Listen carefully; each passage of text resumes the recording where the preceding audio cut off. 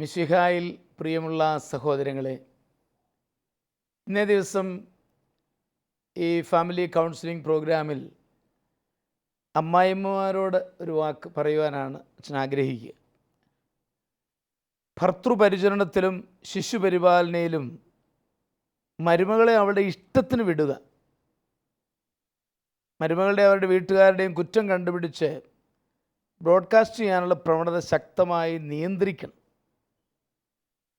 എൻ്റെ ഭാഷ പറഞ്ഞാൽ മറന്നു കിടന്ന് ഉപ്പിയാൽ എന്ത് സംഭവിക്കുമെന്ന് നമുക്കറിയാം. നമുക്ക് തന്നെയാണ് ദൂഷ്യമായിട്ട് ഭവിക്കുന്നത് എന്നുള്ളത് പ്രത്യേകം ഓർത്തിരിക്കുക. അതായത് പലപ്പോഴും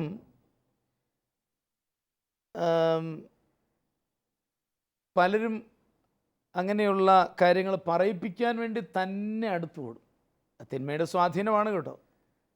പള്ളിയിലോട്ട് പോകുന്ന വഴിക്ക് പതുക്കെ അയലോക്കംകാരത്തിൽ വന്ന് ചെടുത്തിയേ എങ്ങനെയുണ്ട് നമ്മുടെ മരുമകൾ എന്നൊക്കെ ചോദിക്കും.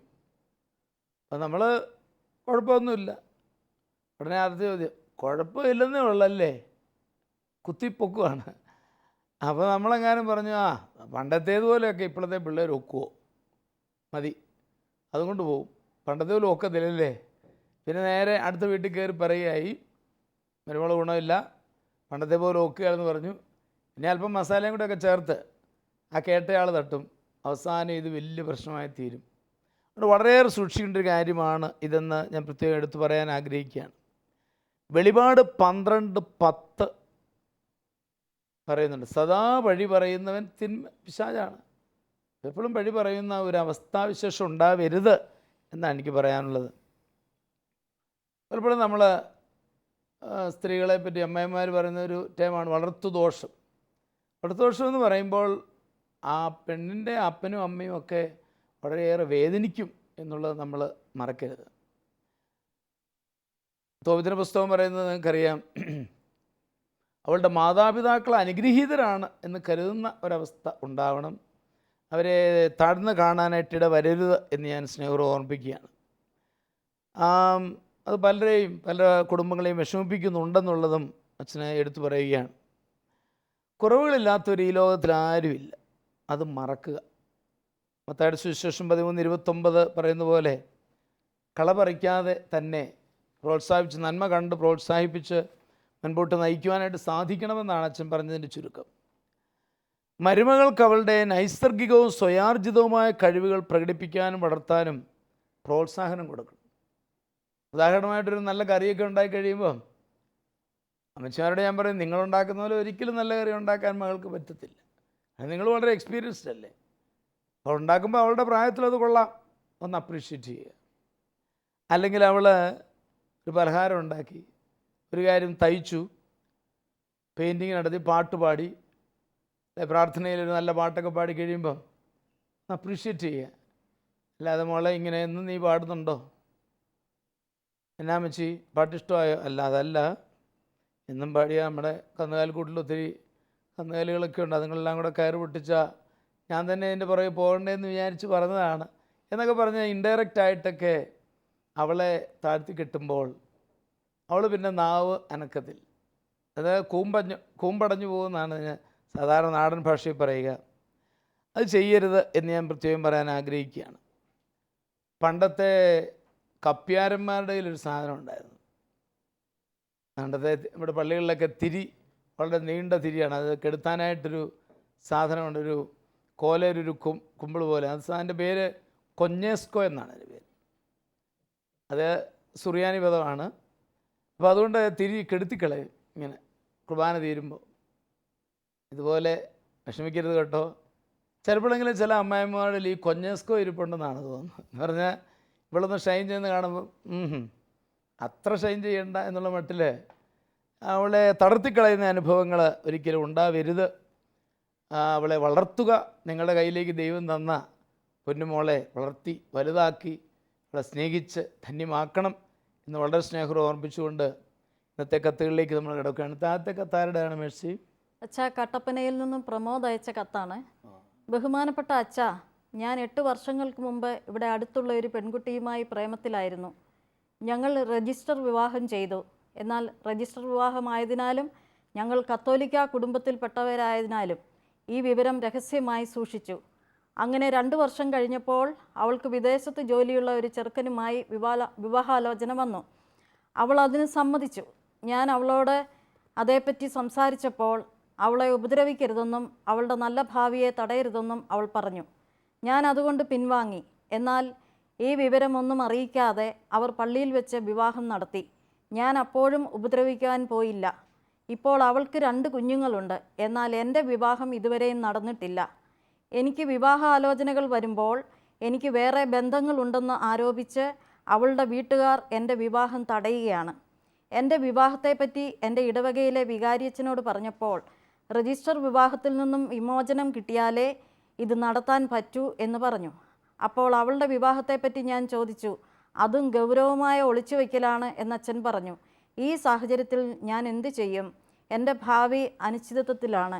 അച്ഛൻ ആവശ്യമായ വഴികൾ പറഞ്ഞു തരുമെന്ന് വിശ്വസിക്കുന്നു. പ്രമോദിൻ്റെ പ്രശ്നം ഞാൻ മനസ്സിലാക്കുന്നു. രജിസ്റ്റർ വിവാഹം കഴിഞ്ഞ പെണ്ണിൻ്റെ അഭ്യർത്ഥന മാനിച്ച് മാറിക്കൊടുത്ത ഒരു ഹൃദയവിശാലത ഞാൻ കാണുകയാണ്, തിരിച്ചറിയുകയാണ്. അതൊരു വലിയ കാര്യമായിട്ട് കാണുന്നു. രജിസ്റ്റർ വിവാഹം കഴിഞ്ഞയാൾ പള്ളിയിൽ വെച്ച് വീണ്ടും വിവാഹം നടത്തിയത് വാസ്തവത്തിൽ സാധുവാണെന്ന് പറയാൻ പറ്റില്ല. നിയമം അനുസരിച്ച് സാധുവല്ല. വേറൊരു മാരേജ് ബോണ്ട് നിലനിൽക്കുന്നുണ്ട്. അപ്പോൾ അത് സാധുവാണെന്ന് പറയാൻ സാധിക്കുകയില്ല. രഹസ്യമായി വെച്ചതാണെങ്കിൽ അത് വലിയ തെറ്റുമാണ്. എനിക്ക് പ്രമോദിനോട് പറയാനുള്ളത്, ഞാനിപ്പോൾ മറ്റതിൻ്റെ നൈയാമിക വശങ്ങളെ പറ്റി ഒരു ചർച്ച ഇവിടെ ആവശ്യമില്ലല്ലോ. പ്രമോദാണ് നമുക്ക് കത്തെഴുതിയിരിക്കുന്നത്. അതുകൊണ്ട് പ്രമോദിനോട് എനിക്ക് പറയാനുള്ളത്, പ്രമോദ് വികാരിച്ചനെ വിവരം അറിയിച്ച് അവരെ വിളിച്ച് സംസാരിക്കാൻ പറയും. എന്ന് പറഞ്ഞാൽ ഇങ്ങനെ നമുക്ക് ദ്രോഹം ഉണ്ടാക്കരുത്. ഇനിയൊരു അദ്ദേഹത്തിന് വിവാഹം നടക്കാനായിട്ട് പരിശ്രമങ്ങൾ നടക്കുമ്പം അതിനിങ്ങനെ ഒരു ഉപദ്രവം വരുന്നുണ്ടെന്നാണ് പ്രമോദ് സൂചിപ്പിച്ചത്. അതുണ്ടാകാതിരിക്കാൻ വികാരിച്ചൻ വഴി ഒന്ന് ബന്ധപ്പെടാൻ സാധിക്കുമല്ലോ. കാരണം അടുത്തുള്ള ഒരു കുടുംബമാണെന്നാണല്ലോ പറഞ്ഞത്. ഇനിയും പ്രമോദിനെ പറ്റിയൊന്നും പറയരുതെന്ന് അച്ഛൻ നിർദ്ദേശിക്കുമ്പോൾ കാര്യങ്ങൾ ഭംഗിയാകുമെന്ന് വിചാരിക്കാം. വിചാരിച്ചും പറഞ്ഞ് തികച്ചും ശരിയാണ്. വിചാരിച്ചും അതിനകത്ത് പറഞ്ഞിട്ടുണ്ട്, വളരെ സീരിയസ് ആയിട്ടുള്ളൊരു ഒളിച്ചുവയ്ക്കലാണ് അവിടെ നടന്നിരിക്കുന്നത്. അത് വിവാഹ ജീവിതത്തെ വളരെയേറെ പ്രതികൂലമായിട്ട് ബാധിക്കുന്നതാണ്. ഇപ്പോൾ പ്രമോദിൻ്റെ രജിസ്റ്റർ വിവാഹത്തിൽ നിന്നും ഒഴിവ് കിട്ടണം. എങ്കിലേ പ്രമോദിന് ഒരു വിവാഹ ജീവിതം ഇനി സാധിക്കത്തുള്ളൂ. അതാവശ്യമാണ്. അതിന് സിവിൽ കോർട്ടിൽ അപേക്ഷ കൊടുത്തേ പറ്റത്തുള്ളൂ. കാരണം രജിസ്റ്റർ മാരേജ് സിവിൽ കോർട്ട് തന്നെ വേണം അതിന് മോചനം കൊടുക്കുവാനായിട്ട്. അത് ജോയിൻറ്റ് പെറ്റീഷൻ ആകുമ്പോൾ എളുപ്പമുണ്ടെന്നാണ് ഞാൻ കരുതുന്നത്. കാരണം അവൾ വേറെ വിവാഹം കഴിച്ച സ്ഥിതിക്ക് അവൾ അതിന് തയ്യാറാകും. സ്വാഭാവികമായിട്ടും അങ്ങനെ നീങ്ങണം. അങ്ങനെ കിട്ടിയെങ്കിൽ മാത്രമേ പ്രബോധനം മറ്റൊരു വിവാഹം നടത്താനാവൂ എന്നുള്ളത് വളരെ കറക്റ്റാണ്. വിചാരിച്ചത് പറഞ്ഞു കൊടുത്തിട്ടുണ്ട്. വളരെ ശരിയുമാണ്. മത്തായിയുടെ സുവിശേഷം 7:12 ഞാനിവിടെ ഉദ്ധരിക്കുകയാണ്. മറ്റുള്ളവർ നിങ്ങളോട് ചെയ്യണമെന്ന് ആഗ്രഹിക്കും, നിങ്ങൾ അവർക്ക് ചെയ്യുവിൻ. സുവർണ നിയമമാണ് ബൈബിളിലെ. ഈ സുവർണ നിയമം ഓർക്കുക. അവരെ ശല്യപ്പെടുത്താതെ, ഇനിയിപ്പോൾ അവരുടെ കുടുംബജീവിതത്തിൽ ശല്യമായിട്ട് മാറണ്ട, നമ്മുടെ കുടുംബജീവിതം സുരക്ഷിതമാക്കാനായിട്ട് പരിശ്രമിക്കുക. എല്ലാറ്റിനും വേണ്ടി കൂടുതലായിട്ട് പ്രാർത്ഥിക്കണം എന്നുകൂടെ ഞാൻ സ്നേഹപൂർവ്വം ഓർമ്മിപ്പിക്കുകയാണ്. ഇതേക്കുറിച്ച് എന്താണ് എബ്രഹാമിന് പറയാനുള്ളത്? ഈ 2 സംശയം തോന്നിയാണ് അച്ഛനോട്. ഒന്ന്, രജിസ്റ്റർ വിവാഹം നടത്തി കഴിഞ്ഞാൽ അത് പള്ളിയിൽ വിവാഹം നടത്തുന്ന അങ്ങനെ ഉണ്ടോ? എനിക്ക് സംശയം ക്ലിയർ ചെയ്യണം. പള്ളിയിൽ വിവാഹം നടത്തുന്നതിന് രജിസ്റ്റർ വിവാഹം നടത്തിയാൽ അത് അസാധുവാണ്. കാരണം ഒരു മാരേജ് ബോണ്ട് നിലനിൽക്കും. ഉണ്ട്, രജിസ്റ്റർ ആണേലും പള്ളി ആണേലും. ഓക്കെ. ഒന്ന്. രണ്ടാമത്, ഇപ്പം ഈ പ്രമോദ് വിവാഹം കഴിക്കണമെങ്കിൽ കോടതിയിൽ പേപ്പർ കൊടുക്കണം. അപ്പം ജോയിൻ്റ് ഇത് വേണം. അപ്പം ഈ പെണ്ണ് ഇത് അറിയിക്കാതെ വിവാഹം കഴിച്ചിരിക്കുന്നത്. അതെ. അപ്പം അവിടെ അടുത്ത് നിന്ന് ഇത് ഒപ്പിടിപ്പിക്കാൻ സാധ്യത. അവളും മാരേജ് ബോണ്ടിൽ പെട്ടതാ. പക്ഷെ അവള് അത് അറിയിക്കാതല്ലേ അവിടെ വിവാഹം നടത്തിയിരിക്കുന്നത്. അത് പള്ളിയിൽ അറിയിച്ചിട്ടില്ലെന്നേ ഉള്ളൂ. ചെറുക്കൻ അറിയിച്ചിട്ടുണ്ടായിരിക്കും. ഇല്ല, പള്ളിയിൽ അറിയിച്ചിട്ടില്ല. പക്ഷേ ഗവൺമെന്റ് രജിസ്റ്ററിലുണ്ടല്ലോ. അതുണ്ട്. ഞാൻ പറഞ്ഞ എനിക്ക് സംശയം ഇതാണ്.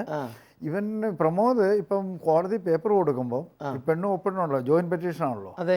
അപ്പോൾ അതിൻ്റെ പേപ്പേഴ്സൊക്കെ വരും. ഈ പെണ്ണ് വിവാഹം കഴിച്ച ചെറുക്കനോട് ഇങ്ങനെ രജിസ്റ്റർ വിവാഹം നടത്തിയിരുന്നതാണെന്ന് അവർ പറഞ്ഞ് കാണാൻ വഴിയില്ലല്ലോ. അതും അവിടെ വിവാഹം കഴിഞ്ഞെന്നല്ലേ പറഞ്ഞത്, 2 വർഷമായെന്നല്ലേ? ആ ചെറുക്കനോട് പറഞ്ഞിട്ടില്ല. അപ്പം അത് അവൾ ഒപ്പിടുമ്പോൾ അത് അവനും അറിയില്ല, അവിടെ ഒരു വിഷയമാകില്ല അത്. അവനറിയാതെ ഒപ്പിടേണ്ടി വരും. കോടതിയിൽ പേപ്പർ വരും. ഒപ്പിടാൻ അവർക്ക് ഇഷ്ടമല്ലേ വരത്തുള്ളൂ. ഇഷ്ടം ഉണ്ടാവണം, രണ്ടാമത് കോടതിയിൽ പേപ്പർ വരും. അങ്ങനെ ഒരു വിഷയം കൂടി ഇതിനകത്ത് കൊണ്ടുണ്ട്, മനസ്സിലാക്കുന്നു. അപ്പോൾ അത് ഒപ്പിടാതിരുന്നാലും അപകടം. അപ്പം പിന്നെ ഇനി എങ്ങനെ രക്ഷിക്കാൻ പറ്റുന്നത്? അന്വേഷിക്കാൻ പറ്റുന്ന അവന് ഏകപക്ഷീയമായിട്ടും കൊടുക്കാം, പക്ഷെ അന്നേരം സമൻസ് വരും. ഓക്കെ. ഇപ്പം ഇതിനകത്ത് പ്രമോദ് ചോദിച്ചിരിക്കുന്നത് അവന് ഇതിന് രക്ഷപ്പെടാൻ എന്താ മാർഗം എന്നുള്ളത് അത് തന്നെ പ്രമോദിന്റെ പ്രശ്നമാണ്. അച്ഛൻ പറഞ്ഞ പോലെ അവർ വീട്ടുകാർ ശല്യം ചെയ്യരുതെന്നുള്ളത് വിചാരിച്ചും വഴിയോ ഏതെങ്കിലും തരത്തിൽ അവരെ അറിയിക്കുകയും ഇതിന് രക്ഷപ്പെടാനുള്ള ഈ പറഞ്ഞ മാർഗങ്ങൾ എടുക്കുകയും ചെയ്യുക. പിന്നെ ഇതുപോലുള്ള കാര്യങ്ങളിലേക്കൊക്കെ ചെല്ലുന്നതിന് മുമ്പ് ഈ പൊല്ലാപ്പുകൾ എല്ലാവരും ഒന്ന് ഓർത്തിരിക്കുന്നത്, ഈ രജിസ്ട്രവാദം നടത്തി കഴിഞ്ഞേച്ച് ഇപ്പോൾ ഈ സംഭവിച്ചിരിക്കുന്ന വിഷയങ്ങൾ മുഴുവൻ ഇത് തെറ്റായ ഒരു കാര്യത്തിലേക്ക് പോയതിൻ്റെ ഫലമാണല്ലോ. ഒരു പാപത്തിൻ്റെ ഫലമായത്. പാപത്തിൻ്റെ ശിക്ഷ മരണം, അങ്ങനെയല്ലേ? പാപത്തിൻ്റെ വേദനം മരണം. അപ്പം ആ ബുദ്ധിമുട്ടാണ് അനുഭവിക്കുന്നത്. ഇത് ശരിക്കും പറയുകയാണെങ്കിൽ ദൈവത്തിൻ്റെ സന്നിധിയിലിരുന്ന് ഇപ്പം കണ്ണുനീരോട് അനുദപിച്ച് അന്ന് തെറ്റ് ചെയ്തു, ഇപ്പോൾ മാറി നിൽക്കുന്നെങ്കിലും അന്ന് തെറ്റ് ചെയ്തു, ഇനി ശരിക്കും അനുദപിച്ച് കണ്ണുനീരോട് പ്രാർത്ഥിച്ച് നല്ലൊരു കുമ്പസാരം നടത്തി ആ ഒരു തലത്തിലൂടെ വന്നാലേ. കുമ്പസാരം നടത്താൻ പറ്റത്തില്ല. കുമ്പസാരം നടത്താനും പറ്റില്ല. അങ്ങനെ പറ്റുന്ന പള്ളിക്കുറ്റത്തില്ല. അല്ലെങ്കിൽ ഒരു അച്ഛൻ്റെ അടുത്ത് തന്നെ അവനെ ഏറ്റുപറഞ്ഞ് അതിൽ നിന്ന് വിമോചനം കിട്ടണം. അപ്പം ആ ഒരു തലത്തിൽ വന്നാൽ മാത്രമേ എനിക്ക് തോന്നുള്ളൂ. ഇല്ലെങ്കിൽ ഇത് പിന്നെയും കുറച്ചിലായിട്ട് വലിയ കുഴച്ചിലാണ്. കാരണം അവക്കും ഇത് പ്രശ്നമാണ്. അതേ പറഞ്ഞു, അവളുടെ വിവാഹം പോലും അസാധുവായി വരും ഇത് പൊങ്ങി വരുമ്പോൾ. അച്ഛൻ അന്വേഷിച്ചോ ഇല്ല അതൊന്നും പറഞ്ഞില്ല. ഏതായാലും അങ്ങനെ സംഭവിച്ചു പോയി. ഏതായാലും അവൻ നന്നായിട്ട് പ്രാർത്ഥിക്കുക, ഈ പറഞ്ഞ പോലെ കണ്ണുനീരോടെ, ചെറിയ രീതിയിലല്ല, ചെയ്തു പോയതിനെ കുറിച്ച് നന്നായിട്ട് അനുദപിച്ച് അന്ന് സംഭവിച്ചതിന് ദൈവത്തിന് മുമ്പിൽ നന്നായിട്ട് അനുദപിച്ച് പ്രാർത്ഥിച്ച് തിരിച്ചു വരവിന് വേണ്ടി ആഗ്രഹിച്ച് തിരുരക്തം കൊണ്ട് കഴുകി ഒക്കെ ചെയ്ത് കുമ്പസാരിക്കാൻ പറ്റിയല്ല എങ്കിൽ ദൈവത്തിന് മുമ്പിൽ തന്നെ അവനെല്ലാം ഏറ്റുപറഞ്ഞ് പിന്നെ തമ്പുരാൻ്റെ കൃപയിൽ തമ്പുരാൻ്റെ കാരുണ്യത്തിൽ അത് ക്രമീകരിക്കപ്പെടട്ടെ എന്ന് പ്രാർത്ഥിക്കാം. പ്രമോദിൻ്റെ അവസ്ഥ ഒരു വല്ലാത്ത കുഴഞ്ഞ അവസ്ഥ തന്നെയാണ്.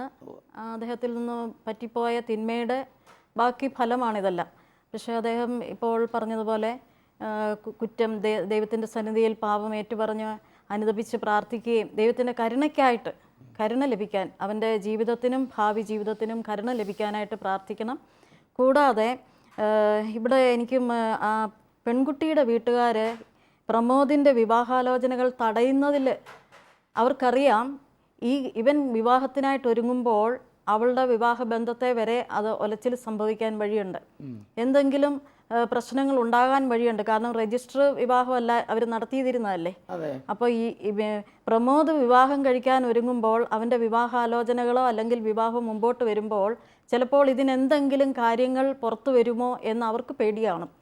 പെൺകുട്ടിയുടെ വീട്ടുകാർക്ക് പേടിയാണ്. അതായത് പ്രേമിച്ച വിവാഹം കഴിച്ച പെൺകുട്ടിയുടെ വീട്ടുകാർക്ക്. അതായത് ഇതിനകത്ത് പറയുന്നുണ്ടല്ലോ, അല്ലെങ്കിൽ പേടിയുണ്ട്. പക്ഷേ ഇവൻ്റെ വിവാഹം നടക്കാതെ അങ്ങ് മുടക്കി വിടാമെങ്കിൽ അവരങ്ങ് ജീവിച്ചു പൊക്കോളൂ എന്നുള്ള ഒരു സ്വാർത്ഥ മനോഭാവം അവർക്കുണ്ടോ എന്ന് ഞാൻ അങ്ങ് സംശയിച്ചു പോവുകയാണേ, ചിന്തിച്ചു പോകുന്നു ഞാൻ. അതുപോലെ തന്നെ മറ്റൊരു കാര്യം എനിക്ക് പറയാനുള്ളത്, ഈ രജിസ്റ്റർ വിവാഹം കിടക്ക ചെയ്ത് മറ്റവർ ചെയ്തിരിക്കുന്നത് ചതിവാണ്. അപ്പം അത് ദൈവത്തിൻ്റെ മുമ്പിൽ വലിയ തെറ്റാണ് അവർ ചെയ്തിരിക്കുന്നത്. അപ്പം ഈ തെറ്റിനൊക്കെ അവരവരുടെ പാപം നിമിത്തം കൊണ്ടേ ശിക്ഷ ഏൽക്കുള്ളൂ, അല്ലാതെ ദൈവം ആരെയും ശിക്ഷിക്കുന്നില്ല. അവനവൻ്റെ പ്രവൃത്തി കൊണ്ട് ഏൽക്കുന്ന ശിക്ഷ ഇവർക്ക് ലഭിക്കാതിരിക്കുമോ എന്ന് ഞാൻ സംശയിക്കുന്നു. ജ്ഞാനത്തിൻ്റെ പുസ്തകം 14-ാം അധ്യായം 31-ാം വാക്യം പറയുന്നുണ്ട്, മനുഷ്യർ എന്തിൻ്റെ പേരിൽ സത്യം ചെയ്യുന്നോ അതിൻ്റെ ശക്തിയല്ല, പ്രത്യുത പാപത്തിൻ്റെ ന്യായമായ ശിക്ഷയാണ് അധാർമികരുടെ അതിക്രമങ്ങളെ നിരന്തരം പിന്തുടരുന്നത്. അപ്പോൾ ഇവരെ ഇങ്ങനെ ഈ തെറ്റിൻ്റെ ന്യായമായ ഒരു ശിക്ഷാവിധി തന്നെയാണ് ഇവരുടെ മനസ്സിന് അസ്വസ്ഥതയും ഭാരവും ഉണ്ടായിക്കൊണ്ടിരിക്കുന്നത്. പക്ഷേ ഇതിൻ്റെ ഒരു പ്രതിവിധി ദൈവത്തിൻ്റെ സന്നിധിയിലുണ്ട്. തമ്പുരാൻ കരുണാമയനാണ്. പ്രമോദിൻ്റെ വീട്ടുകാരും നന്നായിട്ട് കർത്താവിൻ്റെ മുമ്പിൽ കരുണയാചിച്ച് പ്രാർത്ഥിക്കണം. ഇതിനൊരു ദൈവിക വഴി ഇടപെടലുകൾ ഉണ്ടാവാൻ പ്രാർത്ഥിക്കണം എന്നുള്ളതാണ് നമുക്ക് അതിന് പരിഹാരമായിട്ട് നിർദ്ദേശിക്കാനുള്ളത്. നമുക്കങ്ങനെ പറയാം, ഒരു പ്രാർത്ഥനയിലൂടെ അത് പരിശ്രമിക്കുക. പ്രമോദ് തളരാതെ പ്രാർത്ഥനാപൂർവ്വം സ്വയം വിശുദ്ധീകരണത്തിനായിട്ട് പരിശ്രമിക്കണം. അതുപോലെ ഒരു വിവാഹത്തിനായിട്ട് എല്ലാ കാര്യങ്ങളും ശരിയാകുവാനായിട്ട് നമുക്കും പ്രാർത്ഥിക്കാം. അടുത്ത ചോദ്യത്തിലേക്ക് കിടന്നാലോ? അച്ഛ, ഇരിങ്ങാലക്കുടയിൽ നിന്നും ജോസഫാണ് കത്തെഴുതുന്നത്. ബഹുമാനപ്പെട്ട അച്ഛ, ഞാൻ വിവാഹിതനും 2 മക്കളുടെ പിതാവുമാണ്. എനിക്ക് ഗൾഫിലായിരുന്നു ജോലി. എന്നാൽ കാര്യമായ ധനസമ്പാദനം ഒന്നും സാധിച്ചില്ല. ഇപ്പോൾ ജോലി നഷ്ടപ്പെട്ട് വീട്ടിൽ വന്ന് നിൽക്കുകയാണ്. എൻ്റെ ഭാര്യയ്ക്ക് ഒന്നിലും തൃപ്തിയില്ല. എൻ്റെ പെരുമാറ്റവും ഇടപെടലും ഒക്കെ അവൾക്ക് തെറ്റായിട്ടാണ് തോന്നുന്നത്. എന്നും വീട്ടിൽ എന്തെങ്കിലും കാര്യങ്ങൾ പറഞ്ഞ് വഴക്കുണ്ടാകും. കാര്യം, ഞങ്ങൾ ഒത്തിരി ധ്യാനങ്ങൾക്ക് പോകാറുണ്ടെങ്കിലും വീട്ടിൽ സ്വസ്ഥതയില്ല. ഈ അസ്വസ്ഥത മക്കളെയും കുറേയേറെ ബാധിച്ചിട്ടുണ്ട്. മിക്കവാറും പണത്തെ ചൊല്ലിയാണ് ബഹളമുണ്ടാകുന്നത്.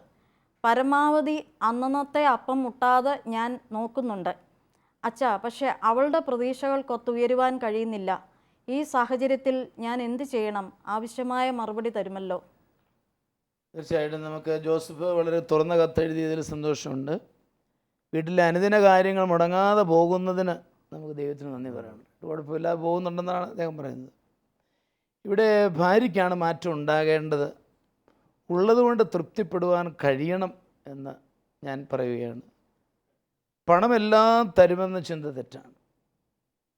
പണം കൂടാം കുറയാം, സാഹചര്യങ്ങൾ അങ്ങനെയാണ്. ലൂക്കാ 12:15 പറയുന്നുണ്ട്, മനുഷ്യജീവിതം സമ്പത്ത് കൊണ്ടല്ല ധന്യമാകുന്നത് എന്ന് മനസ്സിലാകും. സമ്പത്തായെല്ലാമായി. സമ്പത്തില്ലാത്തുള്ള പ്രശ്നമാണ് ഇവിടെ കൂടുതലായിട്ട് വഴക്കുമൊക്കെ ഉണ്ടാകുന്നത്. അത് ഒന്ന് ബോധ്യപ്പെടുവാനായിട്ട് ഈ ഭാര്യ കഴിയട്ടെ എന്നാണ് ആശംസിക്കുക. നിങ്ങൾ 2 പേരും സന്തോഷമായിട്ട് ജീവിക്കുമ്പോൾ ദൈവം അതിൽ വാസ്തവത്തിൽ സംപ്രീതനാകും. അങ്ങനെ ദൈവം നിങ്ങളെ അനുഗ്രഹിക്കും.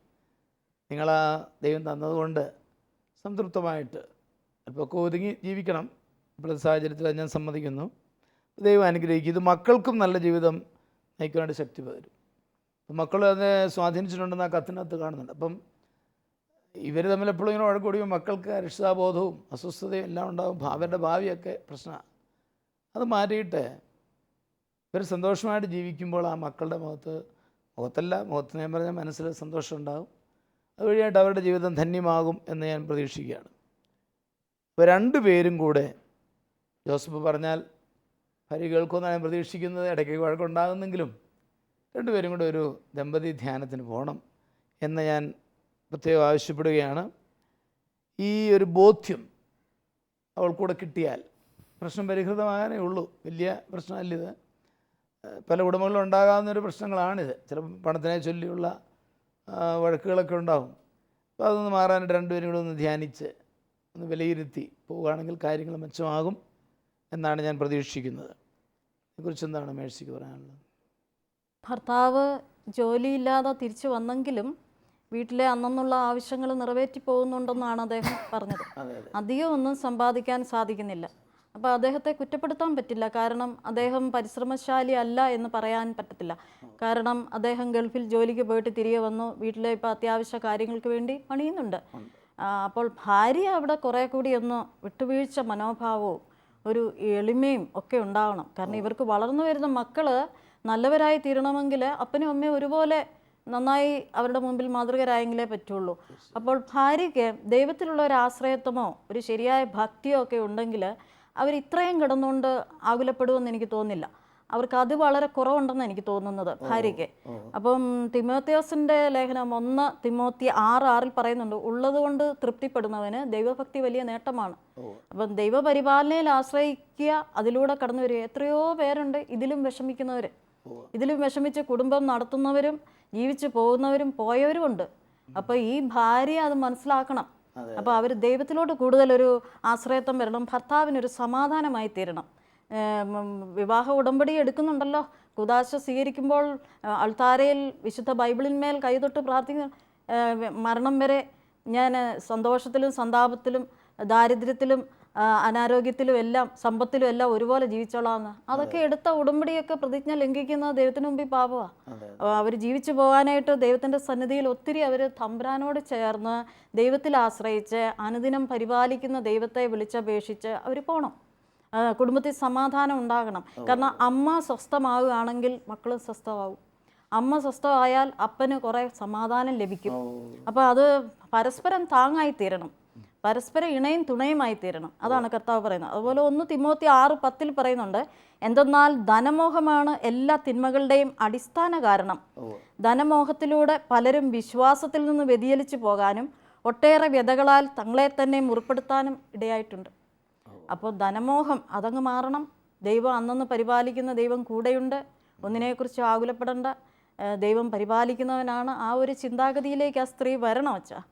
അവർക്കൊരു ധ്യാനവും വചന ധ്യാനങ്ങളൊക്കെ വളരെ ആവശ്യമാണ്. ദൈവത്തിലോട്ടുള്ള ഒരു അടുപ്പവും ആത്മീയമായിട്ടുള്ള ഒരു ഉയർച്ചയും അവർക്ക് വളരെ ആവശ്യമായിരിക്കുന്നു. മേഴ്സി പറഞ്ഞപ്പോൾ ഞാൻ അറിയാതെ ഓർത്തുപോയി. ഈയിടെ പാപ്പച്ചൻ ബ്രദർ പ്രസംഗിക്കുന്നത് ഞാൻ ശ്രദ്ധിച്ചു. ഒരു ഡൽഹിയിൽ നിന്ന് ട്രെയിൻ യാത്ര ചെയ്യണം. അപ്പം റെയിൽവേ സ്റ്റേഷനിൽ ഒരു ടർപ്പോള വലിച്ചു കെട്ടി ഒരു കുടുംബം അവിടെ കഴിയുകയാണ്. അപ്പം ചുമ്മാ നോക്കി ഇവർ തമ്മിൽ സംസാരിച്ചിട്ട് ഭയങ്കര ചിരിയാണ്, വലിയ എൻജോയ് ചെയ്യാൻ ജീവിതം. അങ്ങനെ പാപ്പച്ചൻ ബ്രദർ ആദ്യമൊക്കെ സീരിയസ്, പുള്ളി ഇച്ചിരി സീരിയസ് ലുക്കിംഗ് ആണല്ലോ. പക്ഷേ ഇത് കണ്ടിട്ട് ചിരിച്ചു പോയി. പുള്ളി കുറേ നേരം ചിരിച്ചു കഴിഞ്ഞപ്പോൾ പിന്നെ വല്ലവരും നമ്മളെ നോക്കിയപ്പം എല്ലാവരും ഇത് കണ്ട് ചിരിച്ചുകൊണ്ടിരിക്കുകയാണ്. അപ്പം ഇത്രയും സന്തോഷം വേറെ ഇവർക്ക് ആർക്കും ഇല്ലായിരുന്നു. അപ്പോൾ അവർ സന്തോഷിക്കും, അവർ സന്തോഷം പകരുന്നു എന്നുള്ളത് പറയുകയാണ്. അപ്പോൾ ഞാൻ മേഴ്സി പറഞ്ഞ് ഇങ്ങനെ ഇതിലും ബുദ്ധിമുട്ടുള്ളവർ സന്തോഷമായിട്ട് ജീവിക്കുന്നില്ലേ എന്ന് ചോദിച്ചപ്പോൾ ഞാൻ ഓർത്തു പോയതാണ്. ഇബ്രാഹിമിന് എന്താ പറയാനുള്ളത് ഇതേപ്പറ്റി? ഇദ്ദേഹം നേരത്തെ ഗൾഫിലായിരുന്നല്ലോ. ഗൾഫിലായിരുന്നപ്പോൾ ഈ ഭാര്യ സമൂഹത്തിൽ ഗൾഫിലെ ഭർത്താവിൻ്റെ ഭാര്യ. അപ്പം അങ്ങനത്തെ ഒരു ചിത്രം, അങ്ങനത്തെ ഒരു അവസ്ഥ അവിടെ രൂപപ്പെട്ടിരുന്നു. ഇത് കഴിഞ്ഞ് ജോലി പോയി തിരിച്ചു വന്നു കഴിഞ്ഞപ്പോൾ അവർ ചുറ്റുപാടുകളിലേക്കാണ് നോക്കുന്നത്. ഇപ്പം നമ്മളെല്ലാവരും അങ്ങനെയാണല്ലോ, താരതമ്യം, അവരെ ഇവരെ ഇങ്ങനെയുള്ള നോട്ടം. അതാണ് അവർക്ക് ഇപ്പോൾ ഏറ്റവും കൂടുതൽ ബുദ്ധിമുട്ടുണ്ടായിരിക്കുന്നത് എനിക്ക് തോന്നുന്നു. കാരണം അങ്ങനെ വലിയൊരു ലെവലിലേക്ക് അവർ മാനസികമായി നമ്മളെ സ്വയത്തിനൊരു വലിയ അവസ്ഥ ഇരുന്നിട്ട് അതൊന്നും ഇല്ലാതിരിക്കുന്ന അവസ്ഥ തിരിച്ചു വന്നപ്പം അതുകൊണ്ട് അവർ കൂടുതൽ അതിനുവേണ്ടി ശ്രമിക്കുന്ന ഒരവസ്ഥയാണ്. ഞാനിപ്പോൾ പെട്ടെന്ന് ഓർക്കുന്നത്, നമ്മൾ നാൾ പറഞ്ഞൊരു അമ്മയുണ്ട്, 12 മക്കളുള്ള അമ്മ. ഒരാൾ മുമ്പ് മരിച്ചു പോയതാണ്. ആ അമ്മ ക്യാൻസറായിരുന്നു. ക്യാൻസറായിട്ട് ഹോസ്പിറ്റലിൽ കിടക്കുമ്പം 12 കുഞ്ഞുങ്ങളുണ്ടല്ലോ, ഇളയ കുഞ്ഞിന് 3 മാസമേ ഉള്ളൂ. ആ സമയത്ത് അമ്മയുടെ അനിയത്തിമാർ വന്ന് ചോദിച്ചു, നിനക്ക് നിൻ്റെ കുഞ്ഞുങ്ങളെക്കുറിച്ച് എന്നാ പറയാനുള്ളത്? 12 മക്കളുണ്ടല്ലോ, 20 വർഷത്തിനിടെ ഉണ്ടായ 12 മക്കളാണ്, എല്ലാം കുഞ്ഞുങ്ങളാണ്. നിനക്ക് നിൻ്റെ കുഞ്ഞുങ്ങളെക്കുറിച്ച് എന്നാ പറയാനുള്ളത്? ഉടനെ ക്യാൻസർ വന്ന് സീരിയസ് ആയി കിടക്കുന്ന അമ്മ മറുപടി പറഞ്ഞത്, ഞാൻ എന്തിനാ അത് പറയുന്നത്, എൻ്റെ കുഞ്ഞുങ്ങളെ ദൈവം നോക്കിക്കോളൂ, എൻ്റെ കുഞ്ഞുങ്ങളെ ദൈവം നോക്കിക്കോളൂ. ഇവർ സീരിയസ് ആയി കിടക്കുന്ന ഇടയ്ക്ക് ബോധം പോവും. ബോധം തെളിയുമ്പോൾ ഇവരുടെ നിന്ന് നാവിൽ നിന്ന് കേൾക്കുന്നത്, എൻ്റെ ദൈവമേ എൻ്റെ കുഞ്ഞുങ്ങൾ ചാവദോഷത്തിൽ വീഴാൻ ഇടയാവരുത്.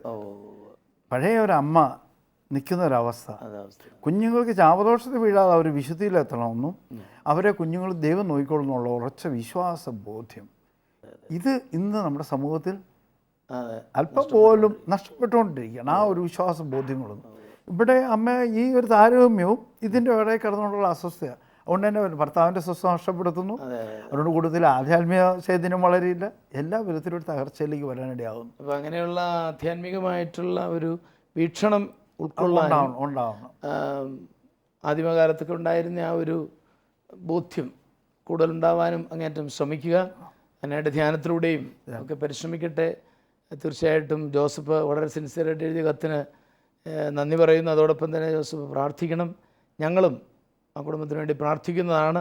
രക്ഷയിലേക്ക് കടന്നു വരുവാൻ സാധിക്കട്ടെ എന്ന് പ്രത്യേകമായിട്ടും ആശംസിക്കുകയാണ്. പ്രാർത്ഥിക്കുക അല്ലേ? നല്ല ഈശോയെ, ഇന്ന് ഞങ്ങൾ അങ്ങയുടെ മുമ്പാകെ ഈ 2 കുടുംബങ്ങളെയും അങ്ങ് ഏറ്റെടുക്കണമേ. അവരുടെ പ്രശ്നങ്ങൾ വ്യത്യസ്തങ്ങളാണ് എങ്കിലും അവരുടെ കുടുംബത്തിലേക്ക് അങ്ങ് കടന്നു എന്ന് ആ കുടുംബാംഗങ്ങളെ മുഴുവനും അങ്ങയുടെ പ്രത്യേകമായ അനുഗ്രഹത്തിന് വിധേയമാക്കണമേ. പാടില്ലാത്തവയെല്ലാം അങ്ങ് കഴുകിക്കളയണമേ. തിരുരക്തത്താൽ അങ്ങ് അഭിഷേകം ചെയ്യണമേ. കോട്ടയായ കുടുംബങ്ങളെ രക്ഷിക്കുകയും അവരുടെ കുടുംബത്തിന് പരിഹാരമാർഗ്ഗം നിർദ്ദേശിച്ചു കൊടുത്തവരെ അനുഗ്രഹിക്കുകയും ചെയ്യണമേ. പിതാവും പുത്രനും പരിശുദ്ധാത്മാവുമായ സർവേശ്വര എന്നേക്കും ആമേൻ. ഈ പ്രോഗ്രാമിലേക്ക് കത്തുകളും അഭിപ്രായങ്ങളും അയക്കേണ്ട വിലാസം: to the producer, family counselling, Shalom television, Peruvannamuzhi PO, Kozhikode 673-528. Email info@shalomtelevision.com